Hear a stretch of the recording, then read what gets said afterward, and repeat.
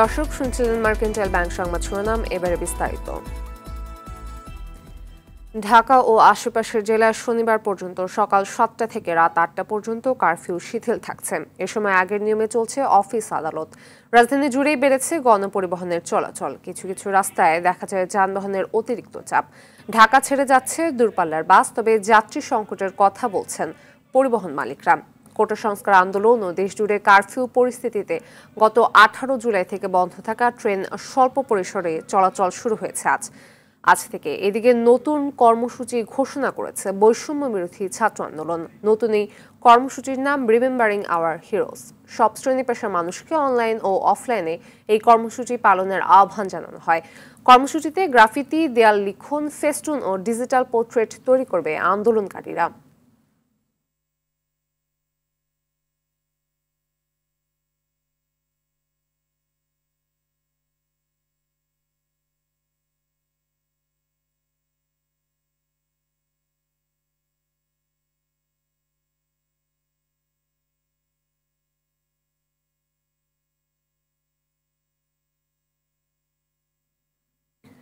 দর্শক, রাজধানীর সার্বিক চিত্র জানাতে কমলাপুর রেলওয়ে স্টেশন থেকে সরাসরি যোগ দিচ্ছেন সহকর্মী ইকবাল অনিক এবং কারণ বাজারের সার্ক ফোয়ারা থেকে বিল্লাল হোসেন। অনেক স্বল্প দূরত্বে কোন কোন রুটে ট্রেন চলাচল করছে, আর কবে নাগাদ দূরপাল্লা রুটে চলাচল শুরু হবে? যে আজকে কিন্তু প্রায় 13 দিনের মতো বন্ধ থাকার পর স্বল্প পরিসরে কিন্তু ট্রেন চলাচল শুরু হয়েছে।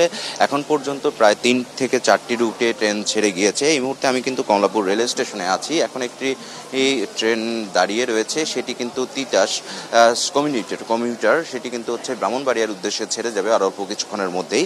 এর আগে কিন্তু জামালপুর, গাজীপুর এবং টাঙ্গাইল রুটে কিন্তু যে অভ্যন্তরীণ রুটের জন্য যে গাড়ি ট্রেনগুলো রয়েছে সেগুলো ছেড়ে গিয়েছে এবং নিরাপত্তার সার্বিক যে বিষয়গুলো বিবেচনার পর কিন্তু এই স্বল্প পরিসরে ট্রেন চলাচলের জন্য তারা কার্যক্রমটি চালু করেছে। কিন্তু দূরপাল্লার যে ট্রেন চলাচল যেটি রয়েছে সেটি কিন্তু কবে নাগাদ চালু হবে সেটি তারা এখনো সিদ্ধান্ত নেননি এবং দেশের যদি সার্বিক পরিস্থিতি বিবেচনা করে তারা মনে করেন যে ট্রেন চলাচলের জন্য নিরাপত্তা রয়েছে, সেক্ষেত্রে কিন্তু দূরপাল্লার যে ট্রেনগুলো রয়েছে সেগুলো কিন্তু চালু করবেন। এবং রেলওয়ে কর্তৃপক্ষ বলেছেন যে তারা দিনে 6টি ট্রেন যাতায়াত করবে এই কমলাপুর রেল স্টেশন থেকে বিভিন্ন রুটে। এবং এখানে যারা যাত্রী রয়েছেন তাদের সঙ্গে আমরা কথা বলেছি, তারা বলেছেন যে যেহেতু স্বল্প পরিসরে ট্রেন চলাচল করছে এবং ট্রেন চলাচল করার কারণে তারা অনেকেই ট্রেন মিস করেছেন এবং তারা যেতেও পারছেন না এবং যে পরবর্তী ট্রেনের জন্য অপেক্ষা করতে হবে 3টা বা 4টা পর্যন্ত, তাদেরকে কিন্তু রেলওয়ে স্টেশনে অপেক্ষা করতে হবে। এবং রেলওয়ে স্টেশন যে ম্যানেজার রয়েছেন তিনি আমাদেরকে জানিয়েছেন যেহেতু স্বল্প পরিসরে এই ট্রেন চলাচল করছে সেক্ষেত্রে হচ্ছে যে সার্বিক নিরাপত্তা বিবেচনা করেই কিন্তু এই রেলটা চলাচল করার অনুমতি দিয়েছে তাদের কর্তৃপক্ষ। এবং এই স্বল্প পরিসরে তিনি বলেছেন যে খুব শীঘ্রই কিন্তু দূরপাল্লা যে ট্রেনগুলো রয়েছে সেগুলো কিন্তু চলাচল করার ব্যবস্থা তারা করবেন। এই ছিল আমার কাছে রেলওয়ে স্টেশন থেকে সবশেষ অবস্থা। অনেক, আপনি থাকুন আমাদের সাথে। আমরা এখন চলে যাব বিলালের কাছে। বিলাল, বৈষম্য বিরোধী ছাত্র আন্দোলনের কর্মসূচি ঘিরে রাজধানীর চিত্র কি দেখছেন? আপনাকে আসলে জানিয়ে রাখি যে বৈষম্য বিরোধী ছাত্র আন্দোলন কিন্তু প্রতিদিন তারা নতুন নতুন কর্মসূচি দিয়েছে। আজকে তাদের যে কর্মসূচি সেটি হচ্ছে রিমেম্বারিং আওয়ার হিরোজ। তার মানে হচ্ছে তাদের যে বীরদের স্মরণে তারা আজকে তাদের কর্মসূচি দিয়েছে। সেই কর্মসূচি হচ্ছে মূলত এই পর্যন্ত এই আন্দোলনে যারা নিহত হয়েছে তাদের স্মরণে মূলত তারা আজকে আলোচনা সভা এবং দোয়া সহ তারা তাদের বিভিন্ন প্রতীকী কর্মসূচি তারা পালন করবেন। এর মধ্যে রয়েছে আসলে গ্রাফিকি সহ বিভিন্ন আর্ট তারা যারা তৈরি করবেন নিহতদের স্মরণে। তো এই আসলে এই কর্মসূচিটি সকাল 11টা থেকে কিন্তু শুরু হবে তারা বিভিন্ন ক্যাম্পাসে। আর বলে রাখি যে আজকে যে রাজধানীর যে কার্ফিউ চলছে সেটি কিন্তু সকাল থেকে কিন্তু সন্ধ্যা পর্যন্ত কিন্তু শীতল অবস্থায় কিন্তু আমরা দেখেছি রাজধানীর যেই যান চলাচল রয়েছে সেটি কিন্তু বলা যায় পুরোটাই স্বাভাবিক। আমরা যেহেতু সকাল থেকে গুড়ি বৃষ্টি হচ্ছে, বৃষ্টিতে কিন্তু অনেক সড়কে কিন্তু যানজটও কিন্তু তৈরি হয়েছে, কারণ দীর্ঘদিন কারফিউ থাকায় অনেক জরুরি প্রয়োজন অনেকে বের না হতে পারে। কিন্তু যখন অফিস স্বাভাবিক হয়েছে তখন কিন্তু সবাই তার কর্মস্থলে যাচ্ছেন এবং নির্দিষ্ট সময় বোঝার চেষ্টা করছেন, সবাই মোটামুটি বের হয়েছে। যার ফলে কিন্তু আমরা দেখেছি যে এই যে কারণ বাজার যে সড়কটি রয়েছে এখানেও এগুলো তো যানজট সৃষ্টি হয়েছে। আর বলে রাখি যে অন্যান্য দিনের মতো যে আইন শৃঙ্খলা রক্ষাকারী বাহিনী যে সকল একটি তৎপর আছে রাজধানীতে, তারা কিন্তু রাজধানীর যে গুরুত্বপূর্ণ যে সকল পয়েন্ট রয়েছে প্রত্যেকটি পয়েন্টে কিন্তু তারা সতর্ক অবস্থায় কিন্তু রয়েছে, যাতে কোনো প্রকার অপ্রীতিকর ঘটনা না ঘটে সেই লক্ষ্য রেখে কিন্তু আইন শৃঙ্খলা রক্ষাকারী বাহিনী কিন্তু বলা যায় যে রাজধানীতে কিন্তু সকল প্রকার যান চলাচল কিন্তু অনেকটাই পুরো দমে কিন্তু স্বাভাবিক, মানুষের যে স্বাভাবিক যে জীবনযাত্রা সেটি কিন্তু রাজধানীতে ফিরে এসেছে। এই ছিল রাজধানী কারওয়ান বাজার থেকে আমার কাছে সর্বশেষ। আপনাদের দুজনকে ধন্যবাদ। কোটা সংস্কার আন্দোলন ঘিরে সারা দেশে হত্যা, গণগ্রেপ্তার, মামলা, গুম, খুন ও শিক্ষকদের উপর হামলার প্রতিবাদ সহ ৯ দফা দাবিতে রিমেম্বারিং আওয়ার হিরোজ কর্মসূচি পালন করবে রাজশাহী বিশ্ববিদ্যালয়ে বৈষম্য বিরোধী ছাত্র আন্দোলনের শিক্ষার্থীরা। সকাল 10:30টার দিকে বিশ্ববিদ্যালয়ের শহীদ বুদ্ধিজীবী চত্বরে মৌন মিছিল আয়োজন করেছেন আন্দোলনরত শিক্ষার্থীরা। রংপুরেও কর্মসূচি পালন করবে বৈষম্য বিরোধী ছাত্র আন্দোলন। সংহতির আয়োজন করেছে বরিশাল বিশ্ববিদ্যালয়ের ছাত্র শিক্ষকরা।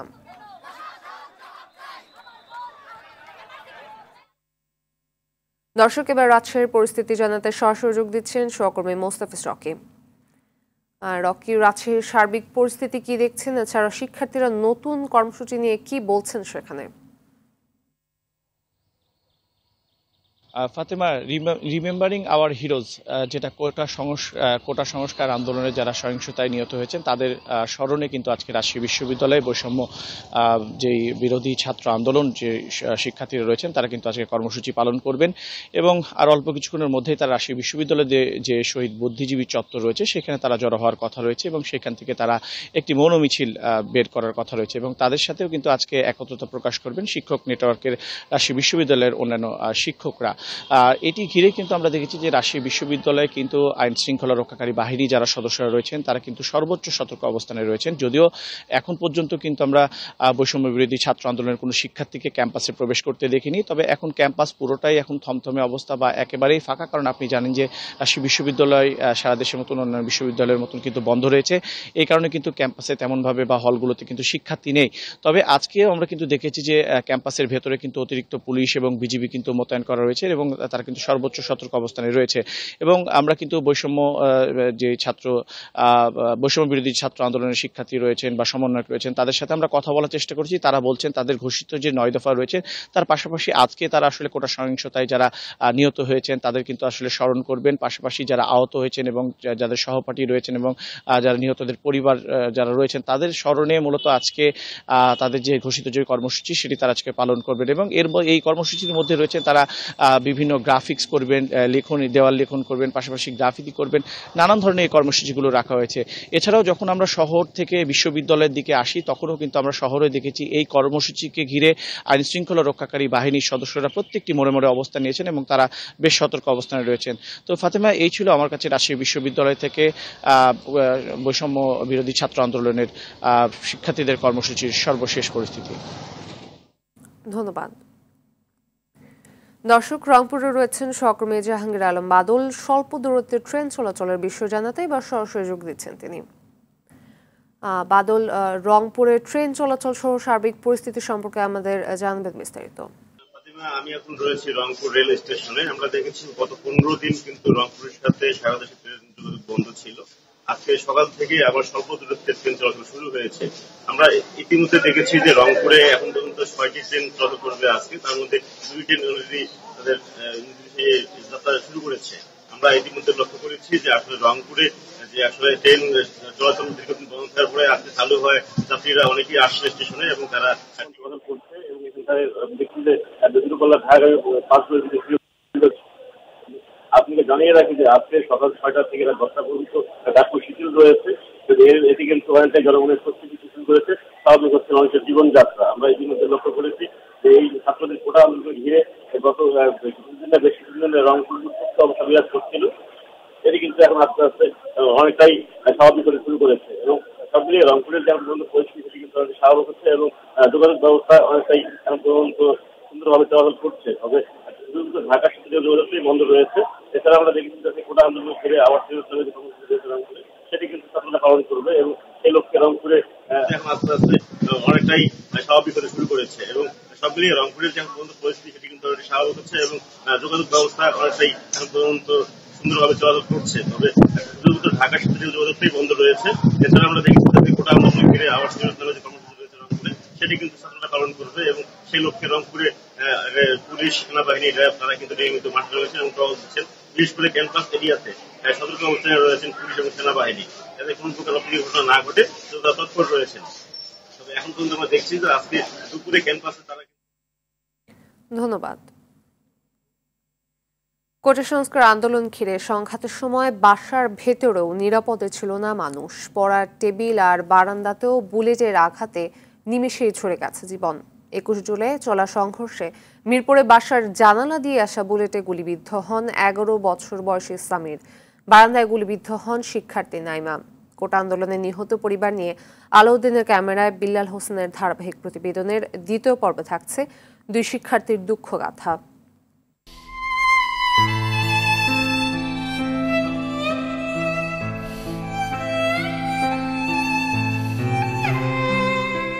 রাজধানীর কাফরুলের হাউজিং স্টাফ কোয়ার্টারের 15 নম্বর এই বাসার দ্বিতীয় তলায় গুলিবিদ্ধ হয়ে মারা যায় 5ম শ্রেণীর মাদ্রাসা শিক্ষার্থী সাফকাত সামির। এই রুমটির মধ্যে জানালার পাশেই নিজের পড়ার টেবিলে গুলিবিদ্ধ হন 10 বছর বয়সী সামির। সামিরের রক্ত এখনও বয়ে আছে দেয়ালে। 19 জুলাই কোটা সংস্কার আন্দোলনের সময় ঘরেই ছিল সামিরের পরিবার। টিয়ার শেলের ধোঁয়া ঠেকাতে টেবিলের পাশের জানালা বন্ধ করতে গেলেই একটি গুলি এসে সামিরের চোখ দিয়ে ঢুকে মাথা দিয়ে বের হয়ে চাচা মশিউরকে আঘাত করে পাশের দেয়ালে গিয়ে ঠেকে। দেয়ালের এই ক্ষতচিহ্ন বলে দেয় বুলেটের গতি কতটা তীব্র ছিল। জানালাটা বন্ধ করতে গিয়ে কোত্থেকে কি আসতো বুঝলাম না, হঠাৎ করে দেখলাম একটা কিছু আইসা আওয়াজ হলো জোরে একটা, আমি মাথা ঝুঁকে ফেলছিলাম। আমার এখান থেকে উইরা গিয়া যায় পিছিয়ে আমার ভাতিজার চোখ দিয়ে ঢুকে মাথা পিছতে পেরে যায় একটা বুলেট। তো তারপরে দেখলাম যে আমার ভাতিজার নিচে পড়ে গেছে। ও খেলতেছে, খেলার বাইরে দুর্ঘটনা কিভাবে মানুষের একটা জীবনটা যদি এত করে আমার হাত পুরো রক্তাক্ত হয়ে গেছে। আমার যখন ওর ব্রেনে হাত দিয়েছে আমার হাত ঢুকে গেছে ওর ব্রেন, এখানে সব পড়েছে মোজক, এখানে ওর মাথা দিয়ে সব কিছু পড়ে রয়েছে। বুলেটের আঘাতে নিহত সামিরের রক্ত এখনো ছড়িয়ে ছিটিয়ে আছে তার পড়ার ঘরে। টেবিলে থরে থরে সাজানো বই, আছে খেলনার পিস্তল। কে জানতো একদিন বাস্তবে পিস্তলের এই বুলেটেই স্মৃতি করে দেবে সামিরকে। এই ক্ষুদ্র ক্ষুদ্র স্মৃতিগুলো যেন এখন তার পরিবারের বেঁচে থাকার একমাত্র অবলম্বন। নিরাপদ আর কি বাকি, আমরা একটা বাচ্চা নাতি বাচ্চা শিশু বাচ্চা চলে গেছে, আর নিরাপদে কি করবে? এই দেশের নিরাপত্তার কোনো আছে? এদিকে উত্তরা 9 নম্বর সেক্টরের 15 নম্বর রোডের এই বাসার 4র্থ তলায় বারান্দায় গুলিবিদ্ধ হন মাইন্ডস্টোন স্কুলের 10ম শ্রেণীর শিক্ষার্থী নাইমা। বর্তমানে পরিবারটি গ্রামে অবস্থান করলেও প্রত্যক্ষদর্শীরা জানান ভয়াবহ ঘটনার কথা। পুলিশে দৌড়ান দিছে, তো তারপর অনেক লোক এখানে দৌড়ে আসছিল।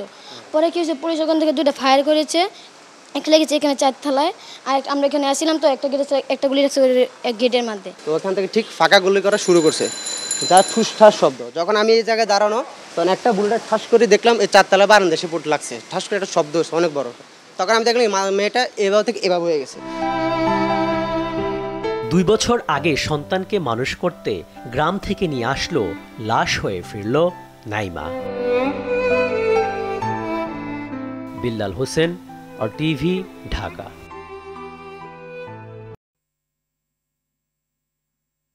ছোটবেলা থেকেই তার স্বপ্ন ছিল বাংলাদেশ সেনাবাহিনীতে যোগ দেবে, সেবা করবে দেশের, সচ্ছলতা ফিরিয়ে আনবে দরিদ্র পরিবারের। কিন্তু সেই স্বপ্ন পূরণের আগে কোটা সংস্কার আন্দোলনে গুলিবিদ্ধ হয়ে প্রাণ হারায় নরসিংদীর কলেজ ছাত্র ইমন। এতে পরিবারে নেমে এসেছে শোকের ছায়া। ইমন হত্যার বিচার চেয়েছেন বাবা, মা ও স্বজনরা। নরসিংদী থেকে নূরে আলম রনের প্রতিবেদন, জানাচ্ছেন সৈয়দ মাহমুদ। দীর্ঘশ্বাস নিয়ে নিশ্চুপ দাঁড়িয়ে থাকেন অভিমানী বাবা। ছেলে হারিয়ে গেছে অনন্তে, কোনোদিন ফিরবে না জেনেও কবরের পাশে ঘুরঘুর করতে থাকেন কাউসার মিয়া। আর শূন্য উঠোন থেকে চোখ সরে না মা মর্জিনা বেগমের। হয়তো ইমনকে দেখার তীব্র বাসনা হয় তার। 18 জুলাই বিকেল 3টা, নরসিংদীর পলাশে বাড়িতে ভাত খেতে বসে ইমন। এরপর ফোন কল আসলে 2 নলা খেয়ে খাবার ফেলেই উঠে যায় সে। বাবা মাকে খেলতে যাওয়ার কথা বলে মূলত যোগ দেয় নরসিংদীর ভোলানগরে কোটা আন্দোলনে। এক পর্যায়ে পুলিশের সঙ্গে শিক্ষার্থীদের সংঘর্ষ হয়। পরিবার বলছে পুলিশের গুলিতেই প্রাণ গেছে ইমনের। আমি আর আইছি আরো মানছে কত মাই জানি কি করে আছে, আমার এমন লাগে এই বুকটা দাঁড় আছে নখ খুনতো গুলি আর এই কান্দা এন্দা ইয়া মনে হয় চোখ একটা চোখ বাতিল আছে গা আর একটা গুলি করছে এন্দা এটা মাথার ভিতরে, এই গুলি রেহে মারা গেছে। নরসিংদী আইডিয়াল কলেজের বিজ্ঞান বিভাগ থেকে এবার এইচএসসি পরীক্ষার্থী ছিলেন ইমন। 2 ভাই ও 1 বোনের মধ্যে ইমন ছিল সবার ছোট। অভাবের কারণে পড়াশোনা করতে না পারা ইমনের বড় ভাই ইয়ামিন 2 বছর আগে ধার দেনা করে সৌদি আরবে গেছে। আর এদিকে পড়াশোনা চালিয়ে যাওয়া ইমনকে নিয়েই স্বপ্ন বুনছিল পরিবার।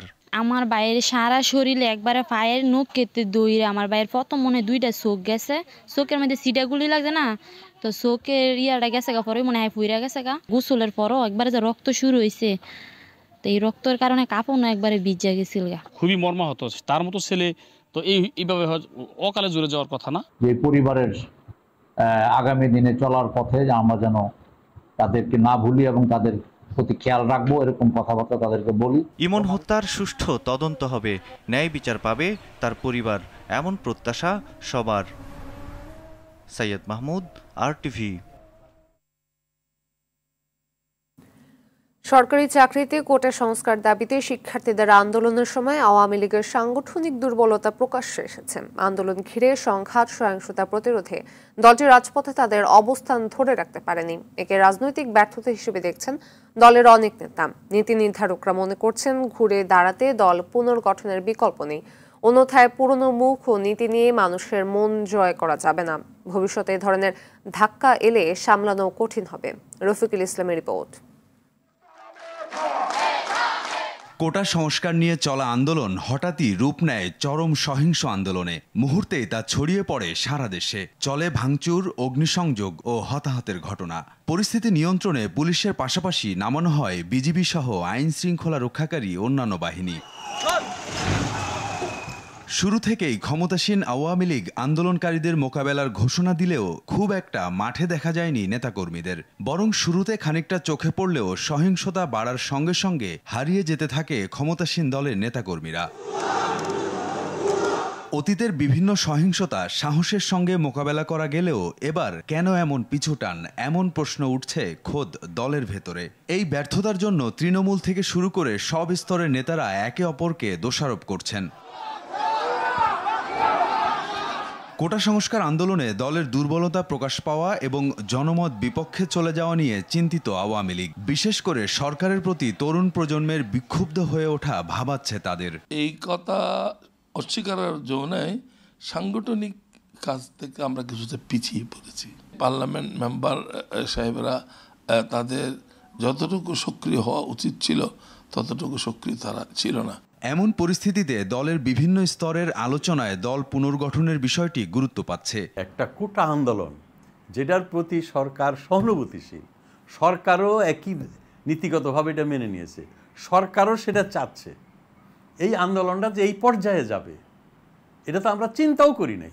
এটা প্রত্যেকটা ধাপই একটা মনে করি একটা শিক্ষার ধাপ। আমি এটাকে ছোট করে দেখছি না, এটাকে আমি অনেক বড় করে দেখছি। এবছরে আমাদের ভুলভ্রান্তি যেগুলো হয়েছে সেগুলোকে আমরা নিয়ে বিচার বিশ্লেষণ করে তার আলোকে দলকে আমরা বাংলাদেশের অবশ্যই একটি সুসংগঠিত, সুশৃঙ্খল এবং শক্তিশালী দল হিসাবে প্রতিষ্ঠিত করতে চাই। টানা 4 মেয়াদে ক্ষমতায় আছে আওয়ামী লীগ। এ সময়ের মধ্যেই 2013 সালের 5 মে মতিঝিলে হেফাজতের তাণ্ডব, 2013 থেকে 14তে সারা দেশে চালানো অগ্নিসন্ত্রাস, এমনকি সবশেষ দ্বাদশ জাতীয় নির্বাচনের আগে বিএনপির বড় বড় জমায়েতকে রাজনৈতিকভাবে মোকাবেলা করে টিকে আছে দেশের প্রাচীনতম এই দলটি। কিন্তু এবার কোটা সংস্কার আন্দোলন ঘিরে উদ্ভূত পরিস্থিতিতে আওয়ামী লীগের সাংগঠনিক শক্তিমত্তা নিয়ে ভাবাচ্ছে দলীয় নেতাকর্মীদের। নীতি নির্ধারকরা বলছেন আগামীতে নানা চ্যালেঞ্জ মোকাবেলা করে টিকে থাকতে দলকে নতুন করে ঢেলে সাজানোর বিকল্প নেই। রফিকুল ইসলাম, RTV, ঢাকা। ইউরোপীয় ইউনিয়ন ইইউ এর পররাষ্ট্র বিষয়ক সেক্রেটারি জেনারেল স্টেফানো সাদিনো বলেছেন ইইউ বাংলাদেশের সঙ্গে রয়েছেন।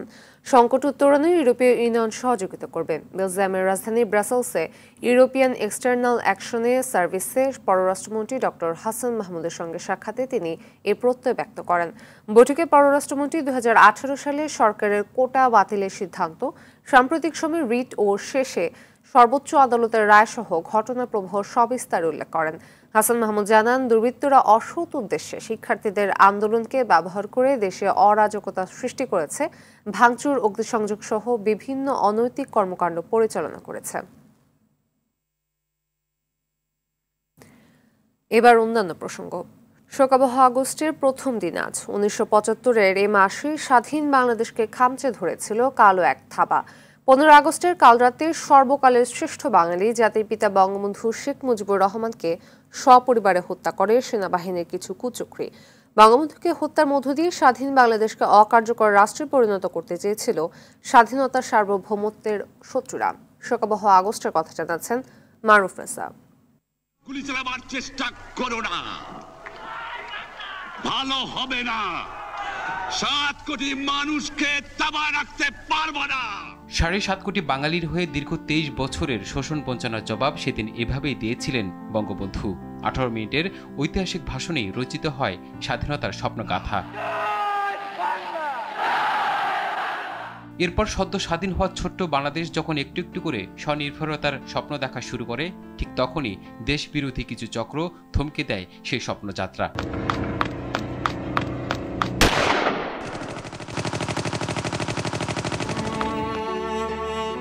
সেনাবাহিনীর একদল চক্রান্তকারী ও উচ্চাভিলাষী সদস্যের বুলেটের আঘাতে বঙ্গবন্ধুর সঙ্গে 15 আগস্ট প্রাণ হারান তার সহধর্মিণী বঙ্গমাতা বেগম ফজিলাতুন্নেসা মুজিব। নির্মমভাবে প্রাণ দিতে হয় 3 ছেলে মুক্তিযোদ্ধা শেখ কামাল, সেনা কর্মকর্তা শেখ জামাল, 10 বছরের শিশুপুত্র শেখ রাসেল সহ পরিবারের 16 সদস্যকে। নানা প্রতিবন্ধকতা আর সেই সময়কার সেই ক্ষত কাটিয়ে যখন ঘুরে দাঁড়াতে থাকে জাতির পিতার আওয়ামী লীগ, ঠিক তখন 29 বছর পর আবারও বড় হামলা চালায় দেশ বিরোধীরা। 2004 সালের এই আগস্টের 21 তারিখ নৃশংস গ্রেনেড হামলায় মারা যান 24 জন নেতাকর্মী, অল্পের জন্য বেঁচে যান সভাপতি শেখ হাসিনা।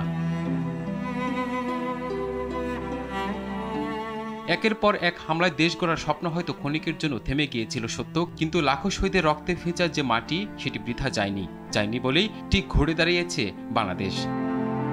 1996 সালে বঙ্গবন্ধু কন্যা শেখ হাসিনার নেতৃত্বে আওয়ামী লীগ ক্ষমতায় আসার পর জাতির পিতা হত্যার যে বিচার কাজ শুরু হয়, 5 ঘাতকের ফাঁসি কার্যকরের মধ্য দিয়ে তা কিছুটা হলেও কলঙ্কমুক্ত হয় জাতি। এখন প্রতীক্ষা বিদেশে পালিয়ে থাকা বঙ্গবন্ধুর বাকি খুনিদের সাজা কার্যকর করা। এর মধ্য দিয়ে বঙ্গবন্ধুর রক্তের ঋণ কিছুটা হলেও শোধাতে পারবে 17 কোটি বাঙালি। মারুফ রেজা, RTV, ঢাকা। আন্তর্জাতিক প্রসঙ্গ। মালয়েশিয়ার জোহর রাজ্যে 3 দিনে বাংলাদেশি সহ 110 অভিবাসীকে আটক করেছে ইমিগ্রেশন বিভাগ। 28 জুলাই থেকে 30 জুলাই পর্যন্ত এই অভিযান পরিচালনা করে রাজ্যের অভিবাসন বিভাগ।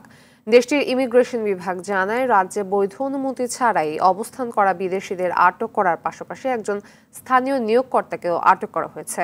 আটকদের মধ্যে Bangladesh, Indonesia, Philippines, Pakistan, Myanmar, Cambodia, Bharat ও নেপালের নাগরিক রয়েছেন। তাদের বয়স 17 থেকে 65 বছরের মধ্যে।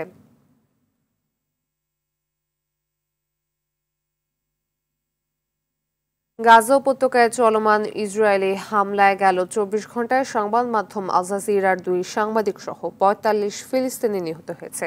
এছাড়া আহত হয়েছে আরও 77 জন। বুধবার আল জাজিরা আরাবিকের সাংবাদিক ইসমাইল আল গৌল ও রামি আল রিফির গাড়ি লক্ষ্য করে বিমান হামলা করে ইসরায়েলি সেনারা। এ নিয়ে ইসরায়েলি সহিংসতায় ফিলিস্তিনের নিহতের সংখ্যা বেড়ে 39,445 জনে পৌঁছেছে। এছাড়া আহত হয়েছে 91,000-এরও বেশি মানুষ। এদিকে হামাসের শীর্ষ নেতা ইসমাইল হানিয়া এবং হিজবুল্লাহর কমান্ডার ফুয়াদ শুকুরের হত্যাকাণ্ডকে কেন্দ্র করে আঞ্চলিক উত্তেজনা দমনে জরুরি বৈঠকে বসেছে জাতিসংঘের নিরাপত্তা পরিষদ।